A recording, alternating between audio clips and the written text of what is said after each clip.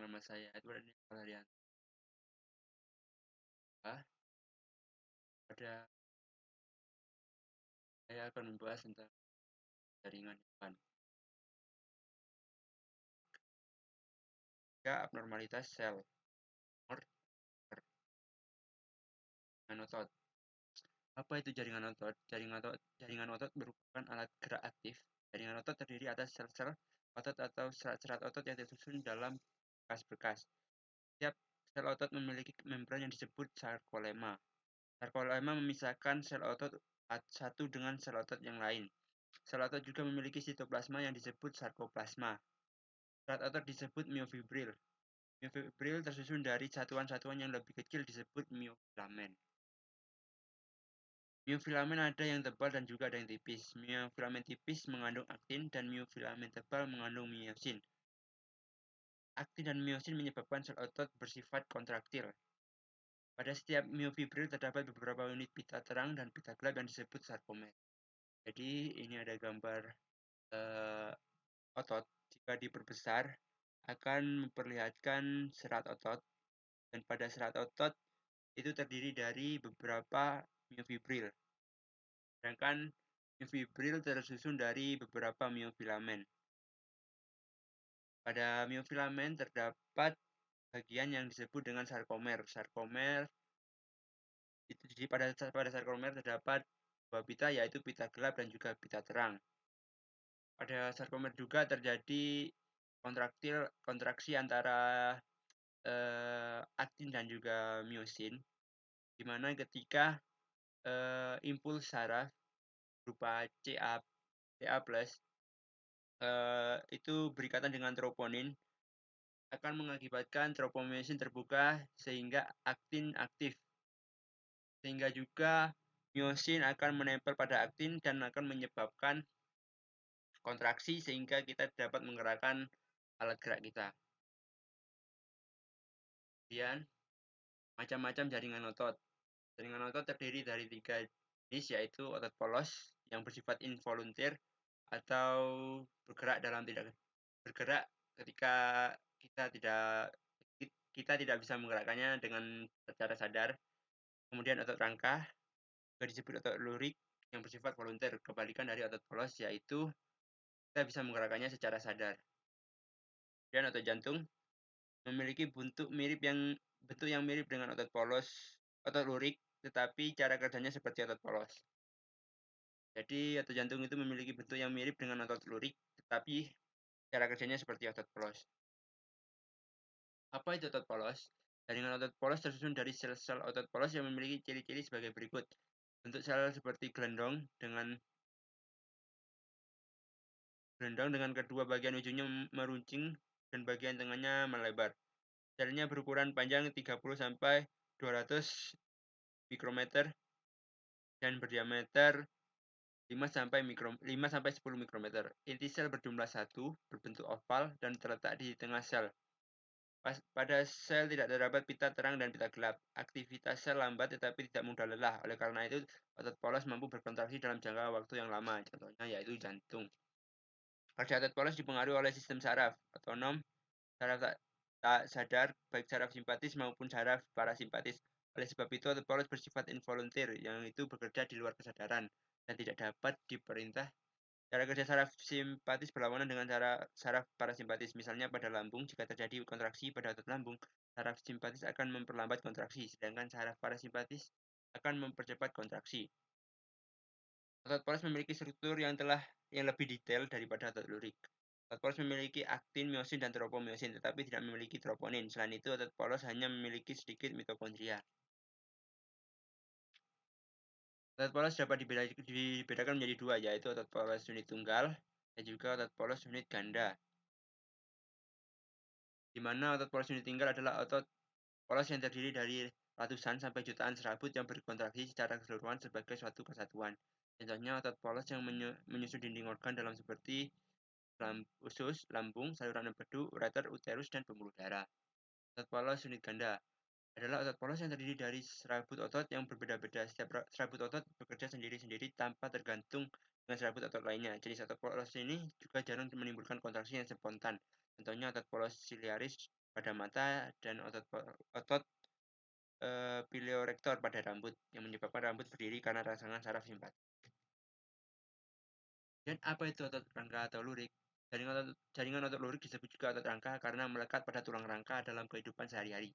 Jaringan otot lurik dikenal sebagai daging. Ciri-ciri jaringan otot lurik adalah sebagai berikut. Bentuk selnya silindris, panjang dan bagian ujungnya meruncing tetapi agak membulat pada bagian yang berbatasan dengan tendon. Jaringan otot lurik tidak bercabang-cabang.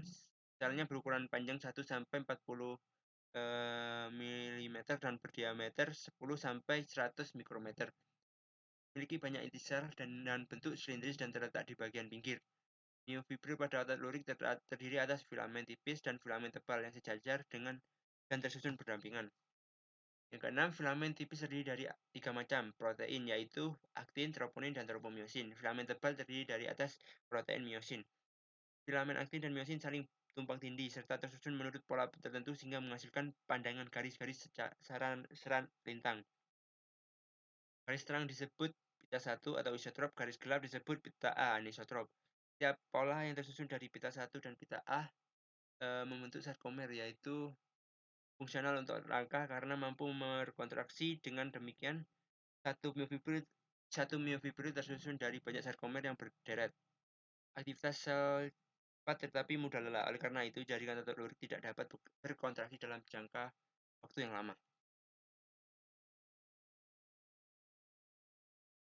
Apa itu otot rangka atau lurik? Kerja otot lurik dipengaruhi oleh otak sehingga bersifat volunteer, yaitu bekerja di bawah kesadaran dan dapat diperintah. Memiliki banyak mitokondria berukuran besar dengan banyak serat di dalamnya. Mitokondria terletak memanjang berderet-deret di sepanjang serabut, bawah sarkoleman, dan di antara miofibril. Otot lurik melekat pada rangka dengan perantara tendon. Selain itu, otot lurik juga terdapat pada lidah dan bibir. Berikut ini adalah gambar struktur otot lurik. Berikut gambaran otot lurik. Dan ini berikut otot lurik pada mikroskop. Apa itu otot jantung?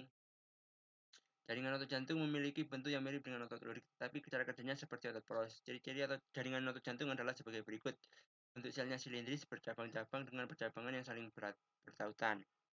Kedua, memiliki satu atau dua inti yang letaknya di bagian tengah sel. Tiga, terdapat pita terang dan pita gelap seperti pada otot lurik. Pada otot jantung terdapat pigmen lipofusin, yaitu pigmen berbentuk butiran-butiran berwarna kecoklatan yang mengandung bahan-bahan lemak.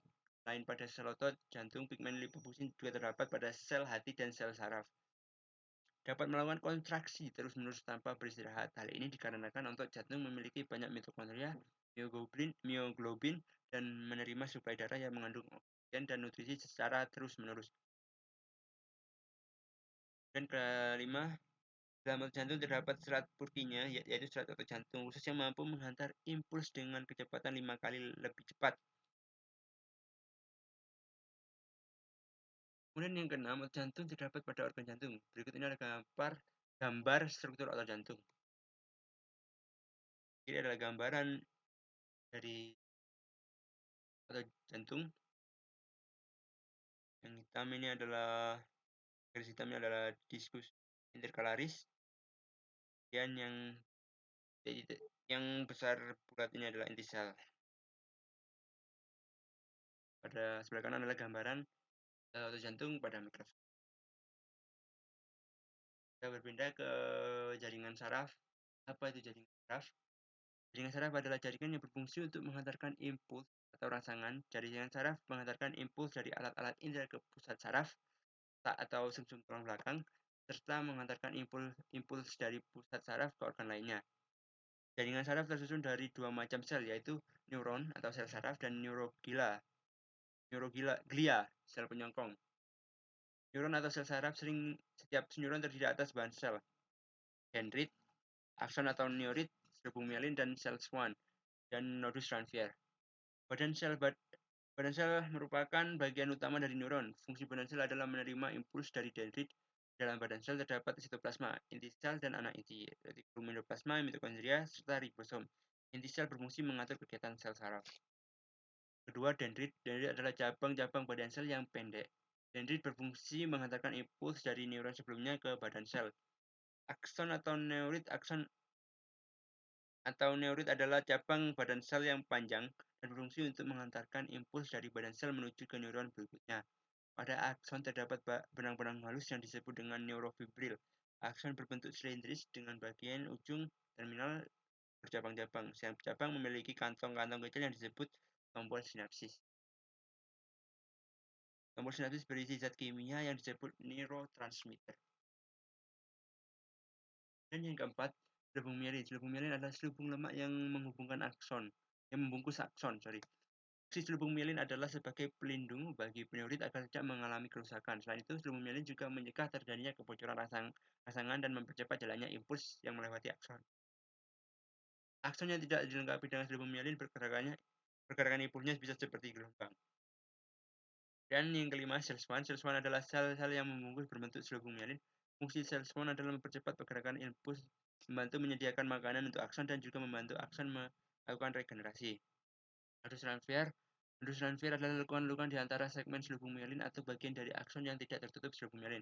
Fungsi utama dari nodus transfer adalah sebagai batu loncatan untuk mempercepat pergerakan impuls ke otak maupun sebaliknya. Nodus transfer memungkinkan impuls bisa meloncat dari satu nodus ke nodus lainnya. Jadi di sini saya tunjuk adalah dendrit yang melingkar ini dalam lingkaran merah adalah badan sel. Dan ini sel swan yang membungkus mielin.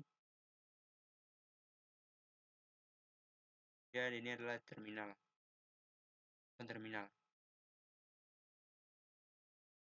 Kita lanjutkan macam-macam jaringan saraf berdasarkan percabangannya.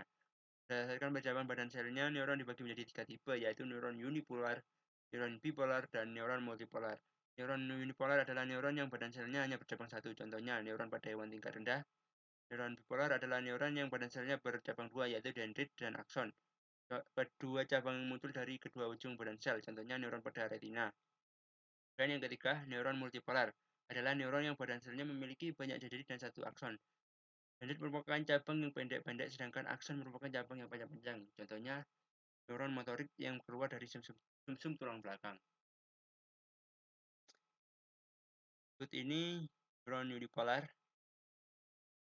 cabang satu, dan ini adalah neuron bipolar, dari dua sisi, dan ini neuron multipolar.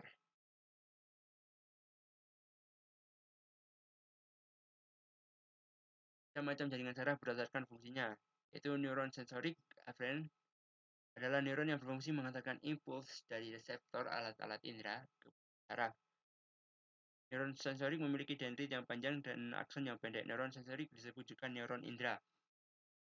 Dan neuron motorik adalah neuron yang berfungsi mengantarkan impuls dari saraf pusat ke saraf efektor.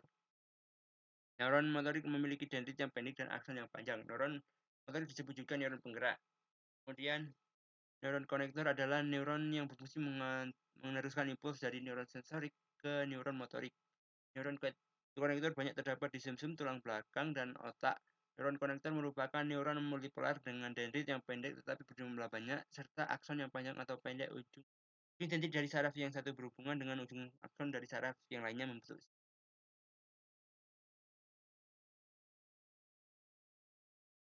Nah, ada neuroglia atau sel glia atau sel penyokong. Neuroglia merupakan sel-sel yang berfungsi sebagai pendukung kerja sel saraf. Neuroglia juga membantu sel saraf agar dapat menjalankan fungsinya dengan baik. Neuroglia terdapat pada sistem saraf pusat maupun sistem saraf tepi dengan jumlah mencapai setengah dari jumlah neuron.